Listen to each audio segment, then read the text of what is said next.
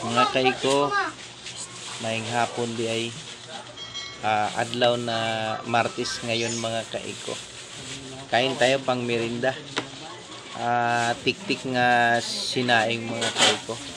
Linagyan ng 3 pirasong gata.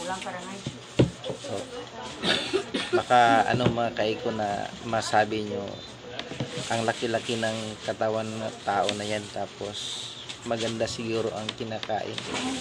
Hindi mga kaiko, gulay, mais, ay yung mga lang mga kaiko, yung mga dating bulad.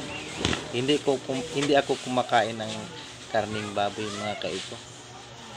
Sa akin lang, makakain ako ng karning baka paminsan-minsan sa isang taon, sa isang bisis, tsaka manok kung may birthday lang mga kaiko. Ang lagi kong kinakain yung mga mumurahin lang talaga na pagkain mga kaiko, kagaya nito, kasi sanay na ako mula ng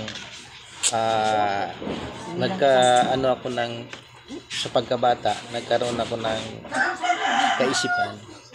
Doon na talaga ang ko, nasanayan ko mga kaiko, mumurahin nga pagkain lang talaga. Saging, tingnan nyo ngayon, sinaing tiktik mga kaiko.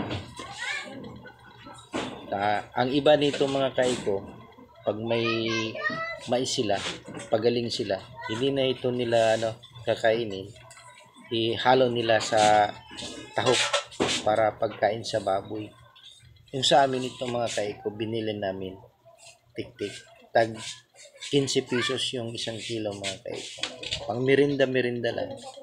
Kung pagkatapos ng merinda, kung busog ka pa, hindi ka na pwedeng kumakain sa gabi ko hanggang merinda. Ito na talaga mga kaiko. Sanay talaga ako sa hirap. Hanggang ngayon, mahirap pa rin kami. Tingnan yung bahay namin, butas-butas. Kasi kalakat lang mga kaiko.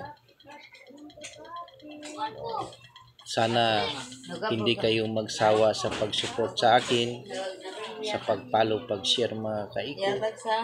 Maraming salamat po sa solid followers, viewers, o sa yung coming pa mga kaiko. Sana po hawakan ng yung puso nyo, kaisipan nyo nga sana ang awa nyo sa akin ay lang nang lagi nasa isip nyo mga kaiko. Sana po. Ito nga mga kaiko, kain tayo.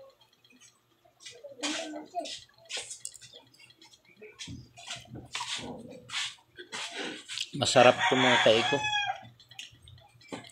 Ang sa akin lang, pag may ibinigay yung nasa itaas, pasalamat kay may makain pa. Kahit anong mga kaiko. Kung sana maawa ang nasa itaas na biyayaan ako mga kaiko na magkaroon ako ng mga pangarap ko. Sana po na sa inyo at saka nasa Panginoon. Hanggat dito lang mga kaiko. Maraming salamat po. I love you all people. Thank you very much.